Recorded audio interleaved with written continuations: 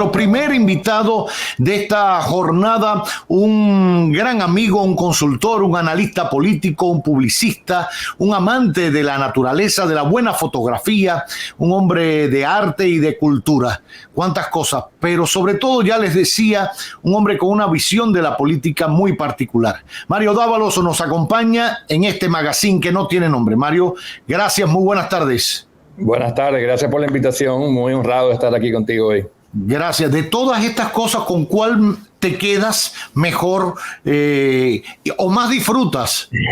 Yo creo que de todo un poco. Todo es como yo digo que mi vida es como una gran sopa, ¿no? Un gran caldo, claro, donde le vamos agregando ingredientes. Poquito a poco.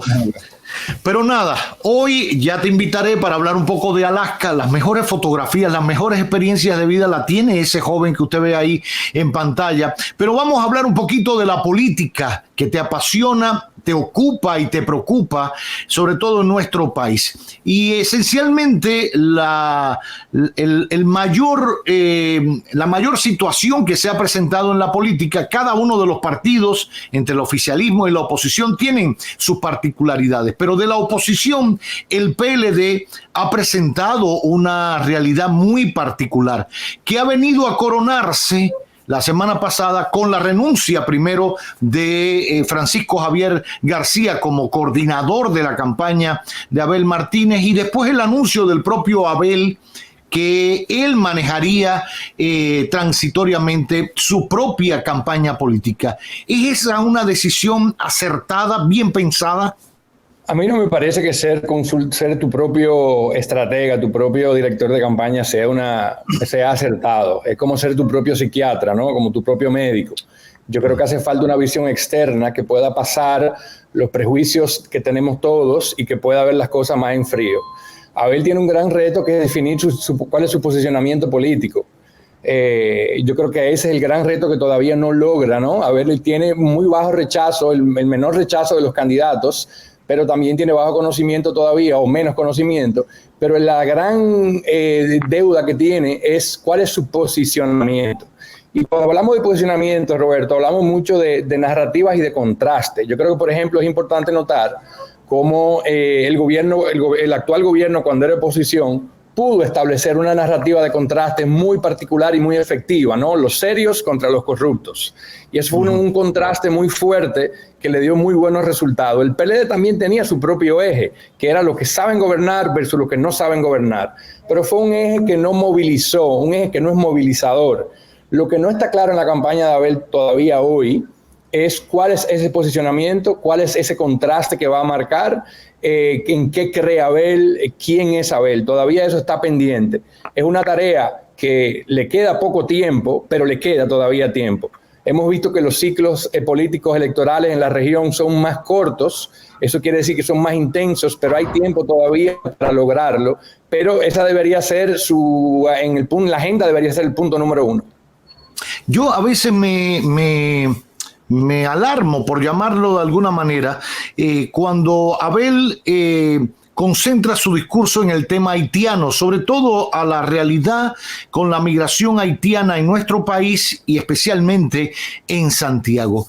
Y a veces no me cuadra el joven político con lo que dice en materia de migración. No sé si es lo que siente, si es parte de una estrategia para atraer un blanco de público, pero que al final es un blanco de público que se reparte en varios partidos que están también en la oposición. Pero además el tema de usar el tema del conflicto con Haití, la crisis haitiana como bandera de la campaña es una visión demasiado corta. Es un problema, pero cuando tú evalúas los problemas de la población, no sale entre los primeros problemas. Es un problema que está ahí, que le importa mucho a una minoría y que le importa menos a la mayoría. Es un problema real, es un problema que tiene ramificaciones sociales, políticas, ambientales, de salud, de todo, pero que no es suficiente. Él necesita algo por encima de eso, un posicionamiento. Por ejemplo, un eje que él podría trabajar es un eje de orden versus desorden, por ejemplo, y él podría enmarcar ese conflicto de Haití debajo de esa estrategia, pero ese conflicto solo es un conflicto que lo que va a llevar son a promesas populistas, es un conflicto que no tiene patas largas, no va a llegar a ningún sitio y no va a movilizar las personas que él tiene que movilizar. De cara a las elecciones, todavía hay quienes piensan que faltan algunos expedientes por instrumentarse en materia de corrupción y que, por supuesto, seguirán cayendo en el gobierno del PLD, el anterior gobierno. Pocos expedientes se han instrumentado dentro de esta administración del PRM. ¿Cómo puede marcar distancia el candidato PLDista para buscar sintonía con la gente, para llamar la atención, para que lo identifiquen y que no lo asocien a la corrupción de su gobierno y de su partido? Eso es uno de los grandes retos que tiene Abel, ¿no? Ese rol de cambio versus continuidad, que en cualquier campaña política es prioritario. Si vemos, por ejemplo, el actual gobierno se apoderó de este discurso del cambio, que es muy común en toda América Latina, porque toda campaña política tiene ese dilema de cambio versus continuidad. El problema que tiene Abel es que no puede prometer un cambio per se, porque todavía está muy cerca del gobierno pasado y todavía se asocia mucho, pero tampoco puede prometer continuidad, ¿no? Entonces tiene que buscar algo, un posicionamiento que le permita cierto cambio, pero un cambio que él no acaba de definir todavía. ¿Cuál es ese cambio?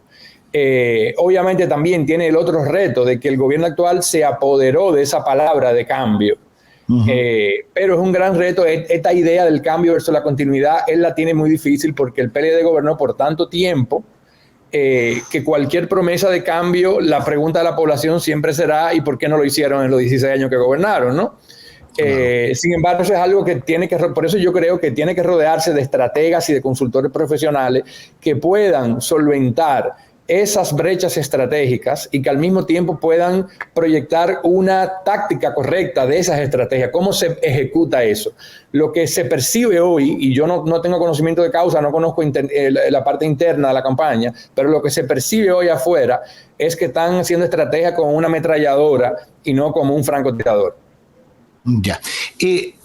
Hay algo que llama la atención, declaraciones del propio secretario general Charlie Mariotti, que decía que en las encuestas la gente se identificaba con el partido y no con el candidato, con Abel Martínez, que si no era conocido, etcétera. ¿No resulta contradictorio que un partido que ha sido tan vilipendiado, tan cuestionado con exfuncionarios que están siendo tramitados en la justicia por supuestos actos de corrupción, no es contradictorio que la gente siga teniendo una cercanía al PLD y este tema de corrupción no pese para que la gente se desanime y cambie de color? No, realmente, no es tan contradictorio. La corrupción es algo relevante en la narrativa pública, especialmente en época electoral. Fuera de época electoral, eso no es uno de los problemas de la población. La población no sufre directamente la corrupción, o sea, la sufre en el largo plazo, pero la población tiene problemas inmediatos, ¿no? Precio de los alimentos, el tránsito, la salud, educación, empleo. Esos son los problemas que movilizan a las personas y esos son los problemas que las personas realmente le impactan la calidad de su vida. Cuando una persona de clase baja se acuesta de noche a dormir, no está pensando en los actos de corrupción. Entonces los actos de corrupción se sobrevalúan en temporada de campaña porque la oposición normalmente los plantea como un punto importante y le achacamos todos los males de la nación, los que le corresponden y los que no le corresponden. Entonces yo creo que obviamente esa será de nuevo, me parece que la estrategia del PRM volverá a ser esa, volver a plantar la corrupción como un eje primario. Le funcionó en las elecciones del 2020 y lo volverá a hacer sin duda alguna ahora. El rol, la tarea que tiene Abel es definir, como decía al principio, de dónde va a ejecutar él, dónde se posiciona, sabiendo además ya que la estrategia del opositor está muy clara, que será por ahí, será serios contra corruptos. Ese es el eje que el PRM lo hizo muy bien, fue una campaña muy bien ejecutada, que empezó en el 16 y terminaron el 20 y fueron muy exitosos plantando esa narrativa. Y yo creo que a eso se sumaría una campaña exitosa, una estrategia exitosa que tuvo el PRM siendo oposición, que fue generar la división dentro del PLD. No quiero decir que haya sido el responsable de la división entre Danilo y Leonel, pero la alimentaron, la atizaron y favorecieron. Y esto ha vuelto al escenario actual cuando se plantea si hay alianza o no. Y ha salido Abel a decir que no hay alianza. Leonel dice que la alianza es con el pueblo, no con un partido determinado. Fuerzas a lo interno siguen pujando para que vayan aliados en diferentes posiciones, porque solo es difícil ganarle al oficialismo. ¿Es esta otra piedra importante en el camino que tendrá que sortear Abel? No, totalmente, totalmente. Si yo fuera estratega, ¿no?, del gobierno del PRM, la tarea principal es mantener la oposición dividida. Una oposición dividida, tú garantizas primero que en una potencial segunda vuelta los destruyes, ¿no? La división de la oposición es algo que, como tú bien dices, se alimentó, no fue la causa de origen, pero sí se alimentó por diferentes acciones, por diferentes vías.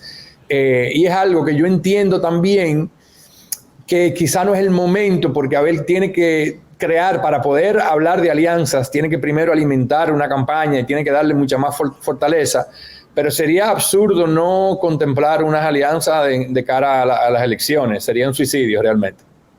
Ya por último, los candidatos, jóvenes o viejos, siempre buscan un soporte en la institucionalidad, por supuesto, del partido, en la historia del partido y en las figuras que han hecho que ese partido sea histórico.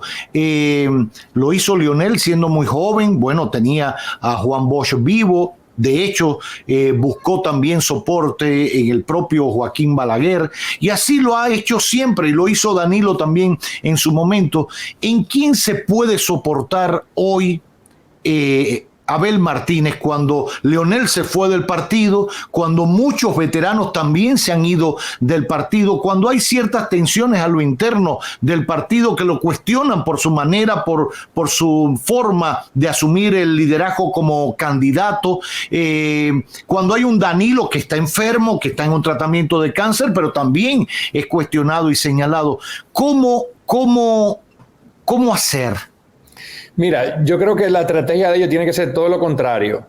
Yo no creo que ellos deberían buscar aliarse al pasado, sino que el PLD tiene que empezar a proyectar un futuro de gente joven, un futuro de gente talentosa que las tiene en el partido. Hay mucha gente joven en el PLD, Juan Ariel, Yuri, Johnny Pujols, hay mucha gente de mucho peso.